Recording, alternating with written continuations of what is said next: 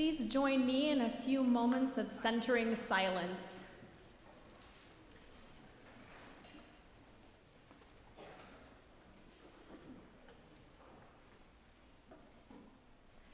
And now please join me for our ingathering hymn, the words for which are printed in your order of service.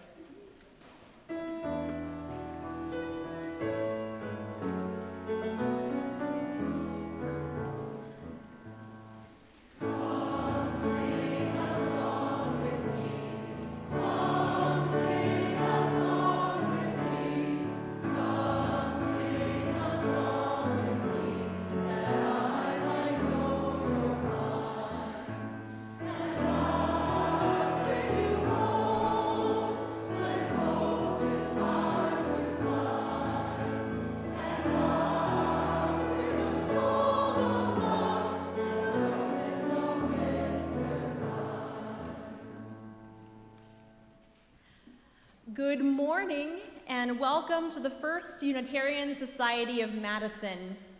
This is a community where curious seekers gather to explore spiritual, ethical, and social issues in an accepting and nurturing environment. Unitarian Universalism supports the freedom of conscience of each individual, as together we seek to be a force for good in the world. My name is Nastasia Ostrom, and on behalf of this congregation, I would like to extend a special welcome to visitors. We are a welcoming congregation, so whoever you are and wherever you happen to be on your life journey, we celebrate your presence among us. Newcomers are encouraged to stay for our fellowship hour after the service and to visit the library, which is directly across from the center doors of this auditorium. Bring your drinks and your questions. Members of our staff and lay ministry will be on hand to welcome you. You may also look for persons holding teal stoneware coffee mugs. These are FUS members knowledgeable about our faith community who would love to visit with you. Experienced guides are generally available to give a building tour after each service. So if you would like to learn more about this sustainably designed addition to our national landmark meeting house, please meet near the large glass window over on the left side of the auditorium immediately after the service. We welcome children to stay for the duration of the service. However, because it can be sometimes difficult to hear in this lively acoustical environment, our child haven and the commons are excellent places to retire if a child needs a place to move around. The service can still be seen and heard from those areas. And speaking of noise, this is a good time to turn off all electronic noise-making devices that might cause a disturbance during the hour. I'd now like to acknowledge those individuals who help make our services run smoothly. Our sound operator today is Steve. Our lay minister today is Ann Smiley. Our greeter is Elizabeth Barrett. Our ushers today are Ann Smiley, Gail Bliss, Judy Troya, Morris Waxler. Our hospitality is offered today by Jean Hills. And our flowers today are from Mary Savage. Please note the announcements in the Red Floors insert to your order of service, which describe upcoming events here at the Society and provide more information about today's activities. And we do have a special announcement today. Next weekend, Mother's Day weekend, May 9th and 10th, peace poles will once again be placed and decorated along University Bay Drive before and after the services. If you would like to participate in this family-friendly event, please sign up. There will be someone with a sign-up sheet in the Commons after the service, or you can contact Roz Woodward, who needs to put enough poles in for everyone to be able to decorate. Further details are in the Red Floors in your order of service. And now we have a special announcement from Rini, so I'm going to turn it over to her.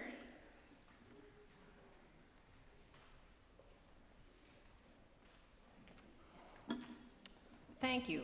I'm one of the FUS Children's Religious Education teachers, and I'd like to encourage all of you, or some of you, to join me. We have one of the largest UU children's education programs in the country, teaching over 500 kids between preschool age to 9th graders every year. This cannot be done, obviously, without the commitment and community of parents and other FUS members. As you might guess, I am one of those other FUS members. 7 years ago, when I first attended a UU service, never having gone to such a thing in the past, that's the same year that I also signed the first Unitarian Society book and taught my first UU class. So, thinking that really, what did I know about being a UU, I decided I'm going to start teaching preschoolers. I have to know more than them. Since then, I've taught kindergartners and first graders, and now I'm teaching second and third graders. By teaching, I've made lasting friendships with young UU families, something that probably wouldn't have fallen into my life had I not been a teacher. I've gotten relationships with friends who are co-teachers and gotten to know many of the staff at our society. Through our religious education program, children and youth are empowered to become free-thinking individuals. They know and respect themselves and others. They come to appreciate and care for the interdependent nature of all our existence, and they make informed decisions regarding their spiritual path. I have expanded my own UU understanding through services and through being a teacher. Next fall, I'm moving all the way up to teach the 4th and 5th graders. I know. For me, the most important part and benefit of being an RE teacher is knowing that I am contributing not only to this wonderful, awesome community, but also to society by fostering that kind of education in our young people. Not to mention it's fun. Also, it's not very difficult, nor is it very time-consuming. The RE curriculum is very structured, and the classroom supplies are all provided. You really kind of can follow along with this established curriculum. However, there is room for flexibility. Like today, when the 9 o'clock class I was teaching were a little rambunctious and the weather is awesome, we ended the class a bit early and had some free time on the playground. The mantra of our children's RE program is community trumps curriculum. Can always keep that in mind. Leslie and Kelly are ever so helpful and supportive, so if there's issues or concerns or problems, they're always right there to help you. And the teaching, and you certainly don't need teaching experience. Typically, you're part of a 4-person teaching team, so hence you only co-teach about 2 times a month, and it's only during the academic school year. For more information, please visit Kelly. She's at the far end of the atrium after the service. So, ministering to youth and children in this community has certainly enriched my life, and I'd encourage you all to try it. It could enrich yours also. Thank you.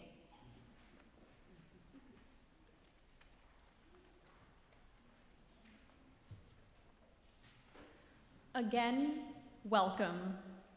We hope today's service will stimulate your mind, touch your heart, and stir your spirit.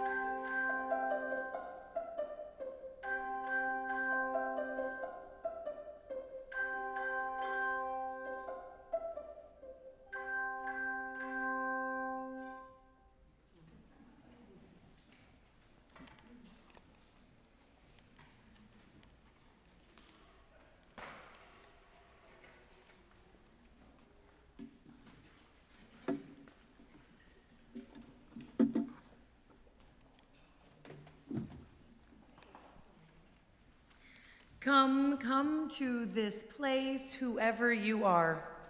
Wanderer, worshiper, lover of learning, all seekers after what is true. All who seek a community of compassion and diversity. Come to this place, whoever you are. Though you've broken your vows 1,000 times and you're too busy and you don't have the time. Come to this place, whoever you are. Lovers of wisdom, lovers of humanity, lovers of beauty. Come to this place where a love we do not make surrounds us and lifts us and nurtures us. Come to this place, whoever you are. Ours is not a community of despair, but of hope. Not a place of judging, but of thanksgiving. Not a place of certainty, but of searching. Come to this place, whoever you are. Come, yet again, come. And if you will rise now in body or spirit and join together in our affirmation that's printed in your order of service.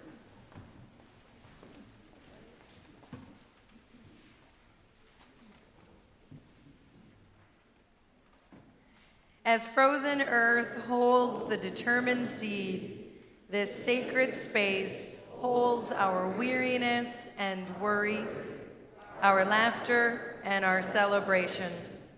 Let us bring seed and soul into the light of thought, the warmth of community, and the hope of love. And before we join together in song, if you'll take a moment to turn and greet your neighbor.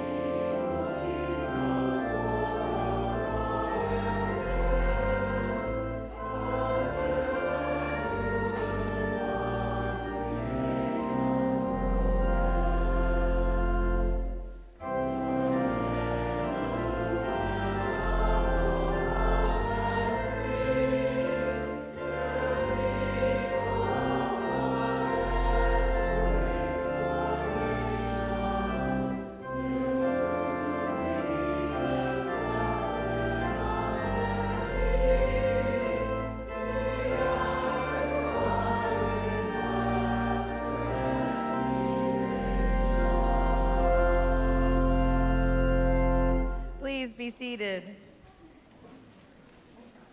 And please come forward if you would like to get closer for the story today.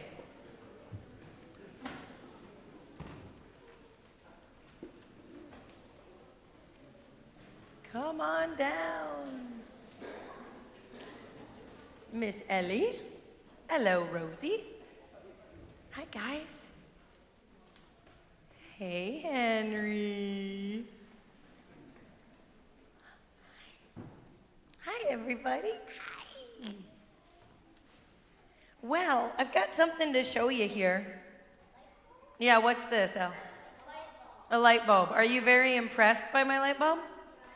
You're not? You don't think it's... Okay, this one doesn't impress you. How about this one?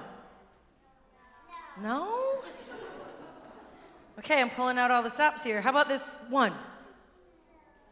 Oh, I got a whoa. I got a whoa for my weird rectangular light bulb.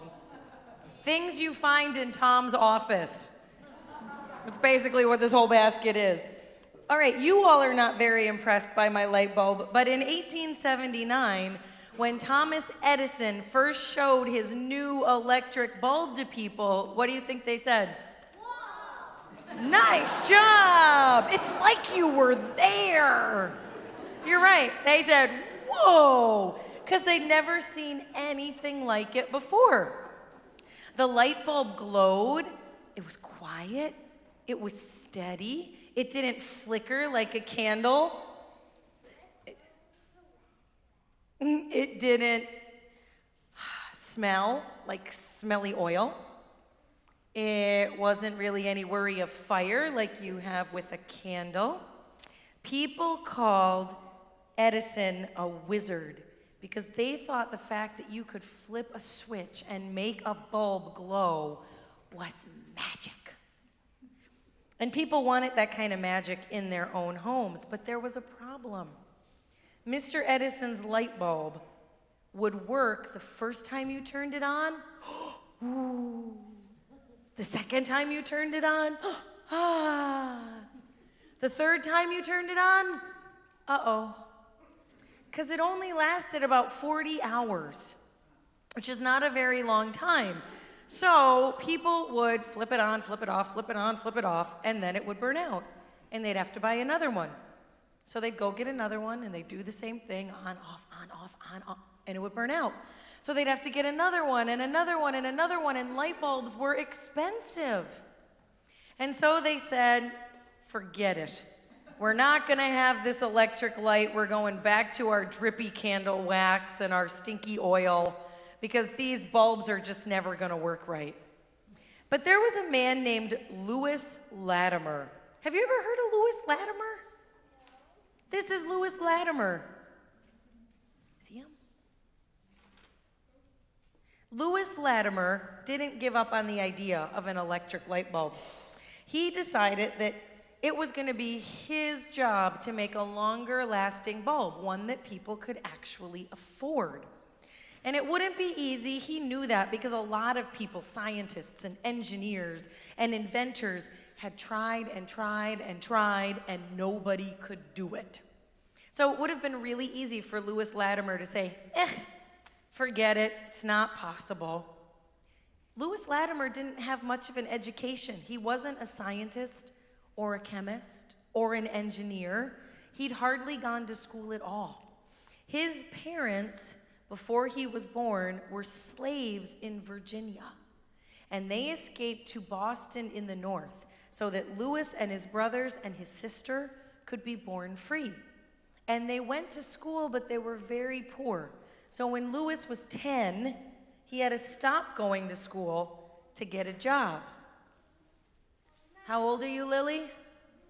12. Get a job. Where's Elizabeth? I think we should put this one to work. So when he was 10, 2 years younger than Lily, he had to quit school and get a job. But Louis Latimer was smart. He was very smart. When he was a teenager, he learned how to make technical drawings of inventions. He helped Alexander Graham Bell draw the first diagrams of the telephone. So he liked to do experiments. He liked to invent things. So even though he didn't have much of a formal education, he was a scientist and an inventor. And he didn't give up on the possibility of what he knew he could do. So he decided he was going to make a longer lasting light bulb. And he did. He used his curiosity and his knowledge and his vision, and he made this thing called a carbon filament. And if you've ever seen a clear light bulb, this one is cloudy, so you can't see it. But there's that curly piece in there. That's called a carbon filament. He made one that was baked in a certain way that it lasted hundreds of hours. So now your light bulb would last a month or a few months instead of just a few days. So now everybody wanted the magic electric bulb. So Lewis traveled to Montreal and Philadelphia and New York and London to help people put electricity in their cities and in their homes. And when he came back from London, the one and only Thomas Edison asked Lewis if he would work with him, and together they created many more magical things. Now, electricity wasn't the only kind of light that Lewis helped to create. He loved learning new things, and he wanted to share his learning. He helped people by sharing the light of truth. He helped people who were hungry and people who were poor, like his family had once been. He knew that helping others was a way of sharing our light. He wrote a poem that said, "To love while we live and give aid to each other is the sunshine of life that turns night into day." In 1908, Lewis Latimer helped start the Unitarian Church in Flushing, New York. People are still going to that church 107 years later. And that Unitarian Universalist community, just like this one, gives a long and lasting light. Lewis Latimer would be very pleased. Thank you all for listening to my story of Lewis and the light bulb. We are going to rise in body and spirit and sing you out to classes.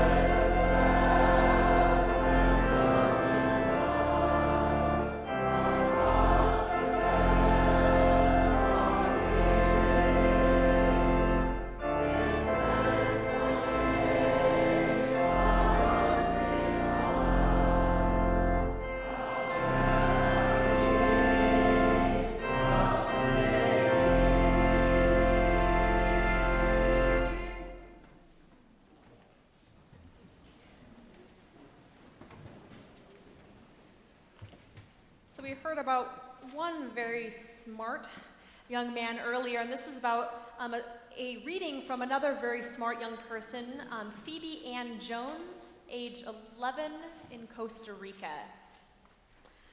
I don't thank my Creator for creating me. I've discovered that whoever He is, He has given life to all of us for a reason. It might be a mission, like He sent Benjamin Franklin to discover electricity. Or it might be someone sent to help a small boy who cannot get his prize out of a gumball machine that needs pounding. Whoever we are, we've come to walk the face of the earth for a reason. We all do things that people consider bad or good. Whatever quality they have, they still have a place in the circle that weaves around lessons. There will never be a time when there won't be falsehood in the world. We can expect it in days to come. But no matter how bad things are, they are still part of everyday life. And once they happen, you can't do anything about them. Then again, maybe they teach us things. A house burned down teaches us to be grateful for a roof. Violations of any kind teach us to be more respectful of things. We've all come here for a reason. Whatever our purpose is, we've got to free it. My prayer for the future is that we make better use of our time together on this earth as united human beings.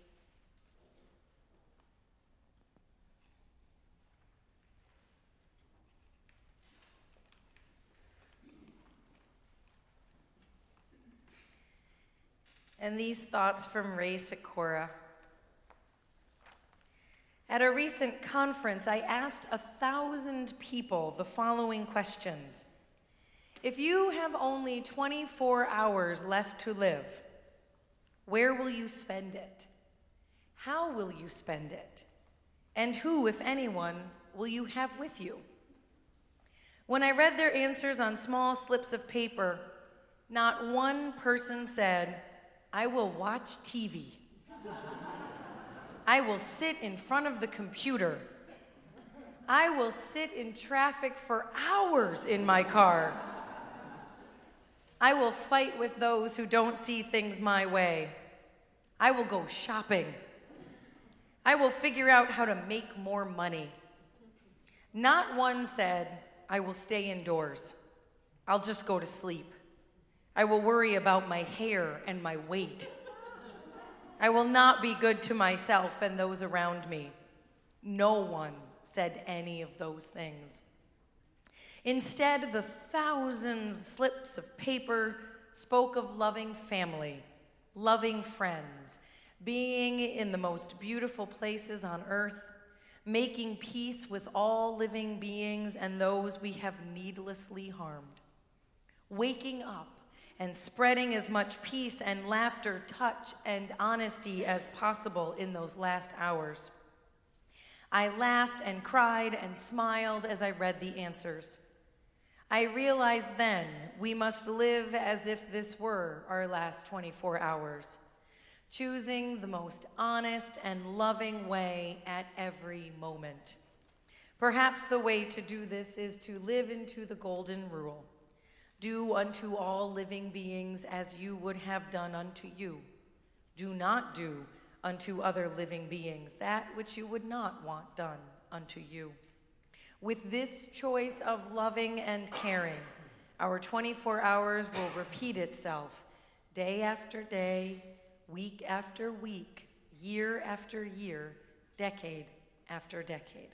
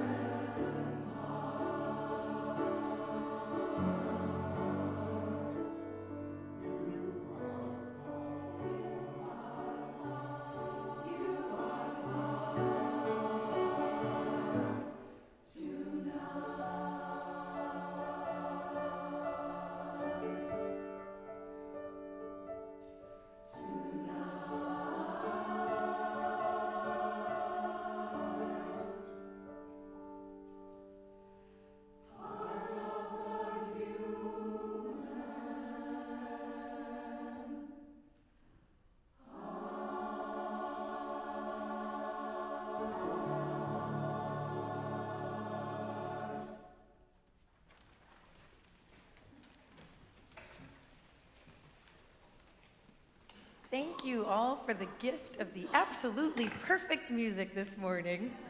And you all just wait for the postlude. Trust me.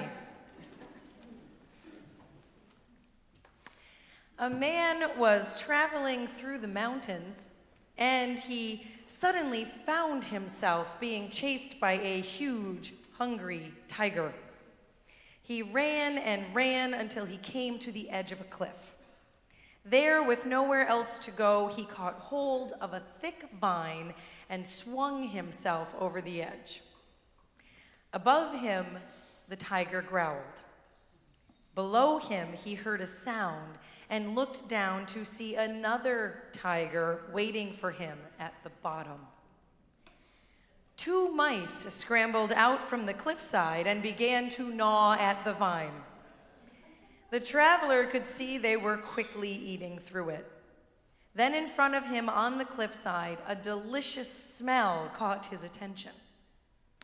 A luscious, wild strawberry. Holding onto the vine with one hand, he reached out and picked the berry with the other. And it was delicious. This ancient parable does not tell us what happened to that poor man. But it does make us think of times in our own lives when we feel like we are running from tigers, whether emotional or physical, tigers that have left us feeling like we are barely hanging on to a thin vine that is slowly being eaten away. Now, this parable came to mind when I met with Sandy Eskridge, who purchased these reflections at last year's cabaret auction. Sandy said that when she was bidding on the reflections, the one idea she had in mind was, how do you come to an attitude of hope when there is so much discouragement in the world? Especially if you have young people in your lives and you're concerned about what kind of mess they are inheriting. Whether it's racism, poverty, climate change, how can we find ways in the midst of all of this to go about our days with a hopeful orientation toward life? It is a fascinating and extremely relevant question. It resonated with me because I deeply understand where the questions are coming from. The other night I turned on the news for the first time in a very long time, and this is what I saw. I saw hopelessness. I saw oppression. I saw pain. I saw internalized oppression. I saw despair. I saw anger. I saw poverty. I saw hunger, and I saw fear. When I turned the television off 10 minutes later, I was discouraged, I was grieving, and I was hopeless. If I were to believe all that I saw on those news programs, I could not envision any possibilities for the future, any way in which we could come out of this okay. It made me think of this question that Joan Halifax asked many years ago.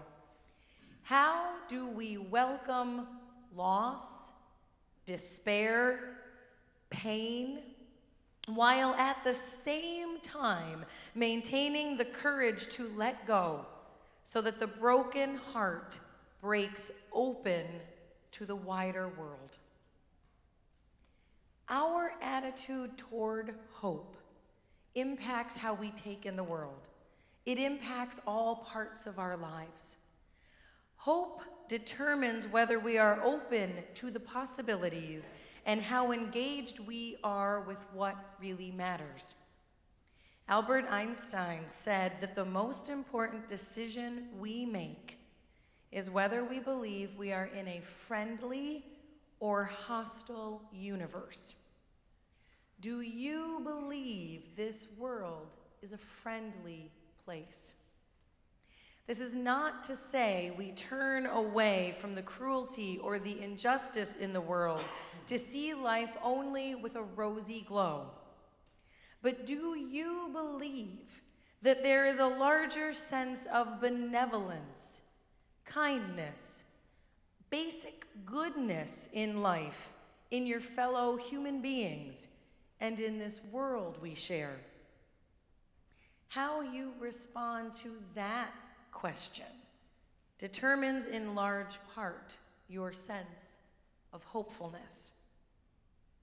If the world is only seen as a cruel and dangerous place, then there is no hope, no vision, no sense of possibility. Hope matters. Researchers tell us that an attitude of hopefulness is a key factor in our experience of happiness. It buffers us from stress, anxiety, difficult events, brings more well-being into our lives. Our immune systems are strengthened, our endorphins are increased, so our physical pain is less. We laugh and smile more. We heal quicker from injury.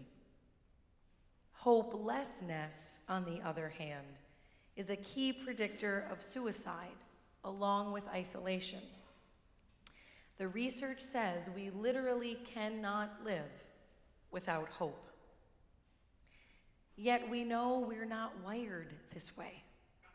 We're wired, as the neuroscientist Rick Hansen tells us, to be Velcro for the bad and Teflon for the good. It's why the media always starts out with the riots and the stabbings and the shootings and the stories that bring fear and dread, because our brains are wired to pick those stories up and run with them over and over again. It's an evolutionary survival mechanism.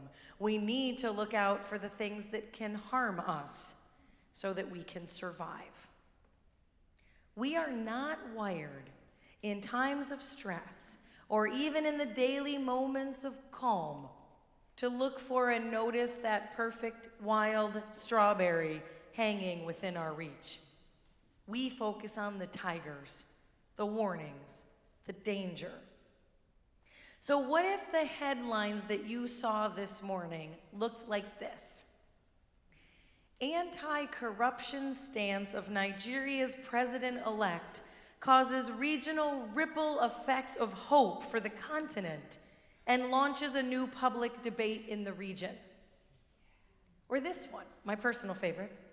Hyundai's hydrogen-powered SUV to run on sewage in South Carolina. The poo car, as it has been nicknamed, is to demonstrate the feasibility of locally produced hydrogen from renewable sources at a self-powered facility. Or this one.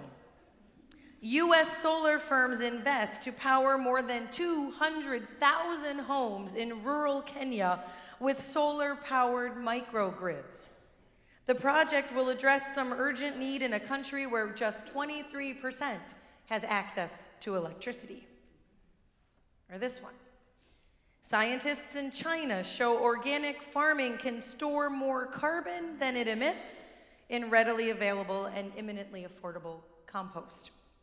It is agriculture that the United Nations has been advocating for a long time, and it's happening. Or this last one. Banana fiber gives Uganda's landmine victims new life.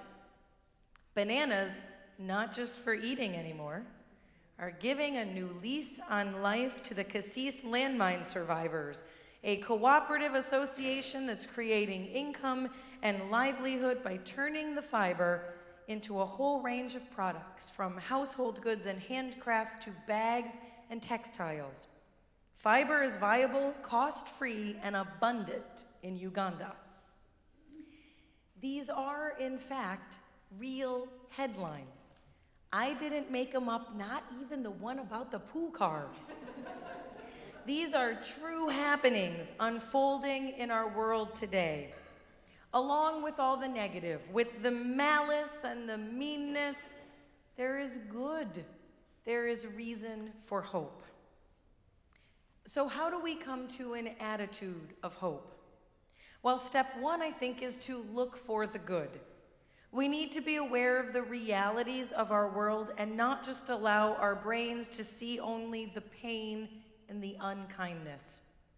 We also need to take in the good, as much as 5 times more good than bad to make it work. Look for the good. Look for the ones spreading the good, working for good, working to create a world of peace. Look for them and hope. Tara Brach, teacher and author, has this fascinating way to look at hope. She compares 2 different kinds, what she calls small hope versus holy hope. Small hope is born out of a grasping fear that something needs to happen in a certain way in order for me to be happy and safe. This kind of hope is always bound to fear, a fear that this precise thing is not going to happen. It is a fixated hope, fixated on only one thing with no other possibilities allowed. It is magical, fantasizing, not recognizing realities or limitations. This is not the hope we are talking about. Rather, we're talking about what she calls holy hope. This hope allows us to engage in life without being hooked to specific outcomes. This hope holds within it 3 things: vision, trust, and a dedication of energy. This is the hope that Václav Havel spoke of when he said, hope is a state of mind, not of the world. Hope in this deep and powerful sense is not the same as a joy that things are going well, or a willingness to invest in enterprises that are obviously heading for success, but rather an ability to work for something because it is good. It is not the conviction that something will turn out well, but the certainty that something makes sense regardless of how it turns out. This is a liberating hope, giving you the power to work for what you believe in regardless of the outcome. Because you believe in your heart of hearts, you know it is right. It comes out of your vision for the world, your vision of what is possible. The Hebrew prophet said that without vision, a people perish. What is your vision? What does your heart long for? What do you care about? What really matters to you? Whether it is healing or justice or peace, your vision can bring hope. In this view, there are different pathways to reach your vision, and if one way doesn't work, you will try another. Because it isn't the method that you truly care about, but the healing or the peace or the justice that you know is possible. This work moves on with trust, trusting in ourselves, in our own inner wisdom and goodness to help guide us. Thoreau said, I have great faith in a seed. Convince me that you have a seed there, and I will expect wonders. Trust the seed that is within you, and then dedicate your energy to the vision. Hope is not passive. It is engaged in a process. What are the pathways that will serve your vision? You have to take a step to activate your hope, stepping into the next best thing that you can do. Barbara Kingsolver said, the very least you can do in life is figure out what you hope for. And the most you can do is live inside that hope. Not admire it from a distance, but live right in it, under its roof. So I want to share with you these words from the minister of the First Unitarian Church of Baltimore, because I believe that they are a shining example of hope that comes from vision, trust, and dedication. My dear friends, we must not imagine that what is happening in Baltimore will be over for a very long time. There are cries for peace in our city and from outside our city, which imagine that stopping the violent spree of angry and organized youth and getting back to normal is desired. I am not sure that this is desired, and I know that it's not even possible. The frustration of the young people in Baltimore is the frustration of a people that have known harassment their entire lives. This generation has faced a city where the zero-tolerance policy has criminalized their childhood, criminalized growing up in East and West Baltimore, and that is not going to change, even when the state of emergency is lifted. Baltimore snatched up its streets last night. We occupied our space with courage, pride, and joy. To see the 300 men march, walking in their organized fashion and shaking hands, calling for peace, encouraging boys and young men, this is Baltimore. Watching Baptist churches hold services on street corners, seeing Methodists chatting one-to-one with every person they could find, walking with robed Catholics who know the poor of their parish, this is Baltimore. Witnessing the gangs in their colors, claiming their territory, and encouraging youngsters to obey the curfew because they care for each other, and they don't want any excuses for additional arrests. This is Baltimore. Seeing the drum and pom-pom squad marching 60, 70 strong with a corps of drummers and dozens of teenagers, mostly black, all fabulous, including many young men who identify as gay and strut in their teal-spangled bodysuits and shake their pom-poms with the rest of them, and have the crowd cheer, show their love, shout their pride. This is Baltimore. Last night was an amazing moment, but there are so many tense moments ahead of us. There will be quite a few moments in the next month where our peace will be threatened. And so it should be.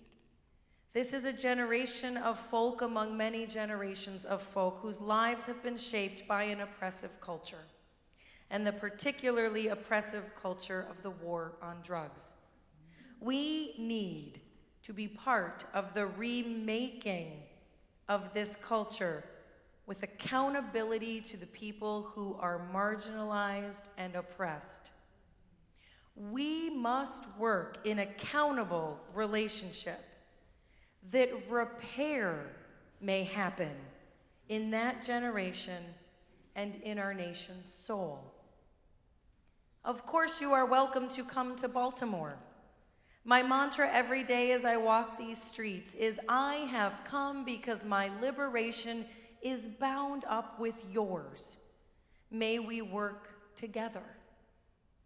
Much love to you all. David Carl Olson. A vision of what can be. A world healed and transformed. A trust that we have the wisdom to make it happen, and the willingness to do the work. That, my friends, is a recipe for hope. Here in Madison, there's much you can do. On Sunday, May 17th at 3 p.m. in this auditorium, there will be a teach-in with the Young, Gifted, and Black Coalition. Young, Gifted, and Black is a grassroots organization speaking out against racial disparities and demanding change. Members of YGB will provide us with information so that we may understand their purposes and their actions in a historical and community context. This is an opportunity provided by and for faith communities so that we may listen, learn, and ask questions. Where is your hope? What is your vision? How will you live inside it? For right now, I ask you to listen. Listen with your heart. Claim your vision. Trust in your goodness and beauty and power. Dedicate your energy to making it true. Continue the conversations. Ask questions. Learn as much as you can. Choose to engage. With vision, trust, and dedication, we can move forward together in hope. May we be courageous enough to make it so. Amen. And I now invite you into the giving and receiving of today's offering, which you can see in your order of service. The outreach offering is shared with SAIL, Supporting Active Independent Lives. You can find out more about them in the order of service, and we thank you for your generosity.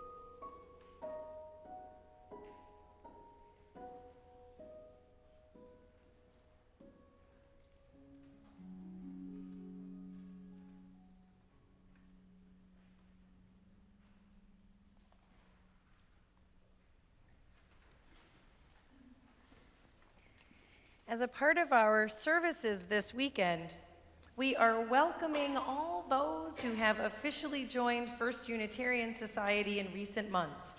This worshiping community has a long and distinguished history, and we're proud that these 28 people have chosen to join their spiritual journey with ours. Becoming a member of this congregation is, on the one hand, a fairly straightforward proposition. One generally attends a series of orientation classes, signifies the intent to join, is familiar with our UU principles and our bond of union, which holds us together in community, and then enters his or her name in our membership book. That's all there is to it. Sometimes we are asked, why would someone want to do this? We join this congregation in the first place because we believe that the promotion of liberal religious values will make a difference in the world, that a strong Unitarian Universalist movement will help make our community and the planet a more peaceful and compassionate place. We make this commitment because we do believe in the transformative power of our communities and this faith tradition. We join because we want to be part of a community that causes us to examine and re-examine ourselves, our families, our world, on an ethical and moral level, and also walk with us on our own personal spiritual journeys. We join because we hunger to be in relationship with people who regard religion as an open-ended, ongoing quest for deeper meaning and more honest and authentic religious connection. As members, we are all responsible for strengthening this institution so that it can perform these life-affirming tasks. We agree that religion is as much a public as a private affair, and intensely communal as well as individual commitment. We honor our responsibility when we do the following: make an effort to learn about our tradition, its history, its theology, its past and present concerns and efforts, its partners around the globe, its struggles and its successes, in order to understand what it really means to be a Unitarian Universalist. When we make joyful and generous contributions of time, talent, and treasure, trusting that when we give from the heart, we grow in spirit. Make a good faith effort to participate in the open, democratic process by which this community lives and thrives. We need to become active citizens and not passive consumers of service, in keeping with our tradition's long-standing commitment to congregational empowerment. This is not a casual commitment we ask people to make, and that is why we take the time today to recognize and celebrate those who have accepted these responsibilities. Our hope is that membership in this community is an experience of abundance and joy, and we are so pleased to welcome you to membership in First Unitarian Society.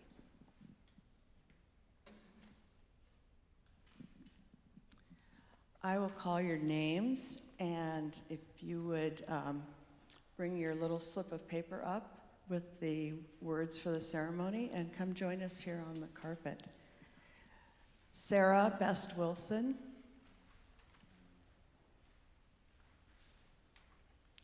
Chessie Chen, Terry Felton,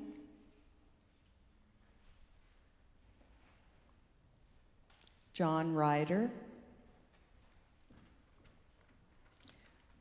Brianna Hilby, Dory Liam, Joshua Woolfolk,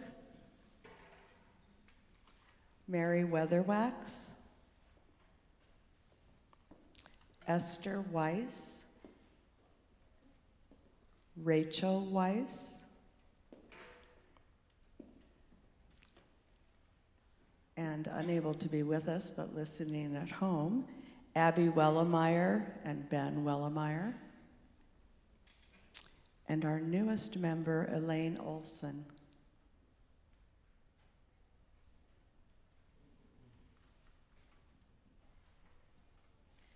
I invite you all to refer to the words printed on the insert in your order of service. And now I ask of our new members, do you accept the responsibilities and freedoms associated with membership in a Unitarian Universalist congregation? Do you pledge to support this religious community with your words, your time, and your substance? Are you willing to join the members of First Unitarian Society in a common quest for religious and spiritual understanding and for the common purpose of living reverent and compassionate lives? And now I ask of the congregation, do you accept these people into this community as companions in the spiritual journey? Do you pledge to rejoice with them in times of happiness, to grieve with them in times of sorrow, and to share with them all the blessings of our free faith? We do. And now if you will please rise in body or in spirit.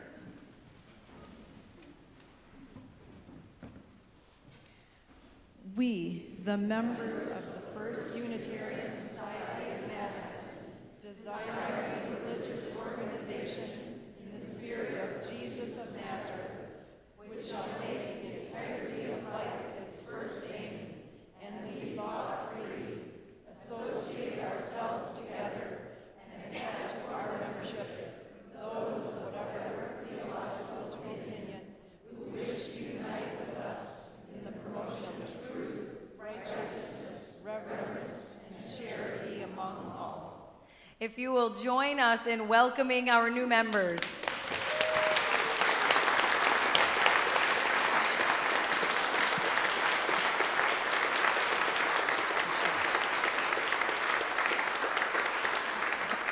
We offer the hand of fellowship to our new members, a custom dating back to Puritan times, a symbol of welcome and acceptance.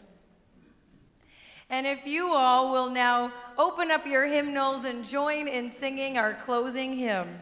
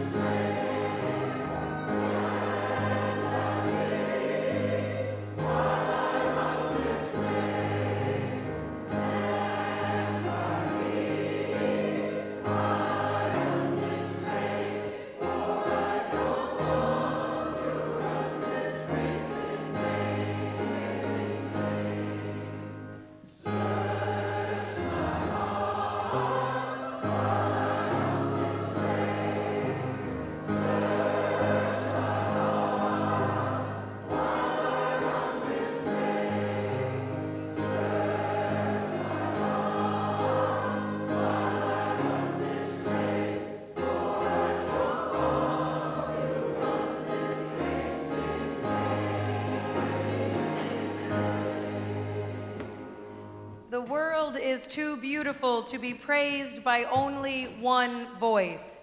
May you have the courage to sing your part. The world is too broken to be healed by only one set of hands. May you have the courage to use your gifts.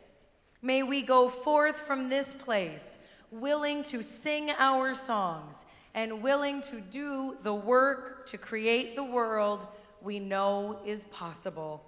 Blessed be Go in peace, and please be seated for the postlude.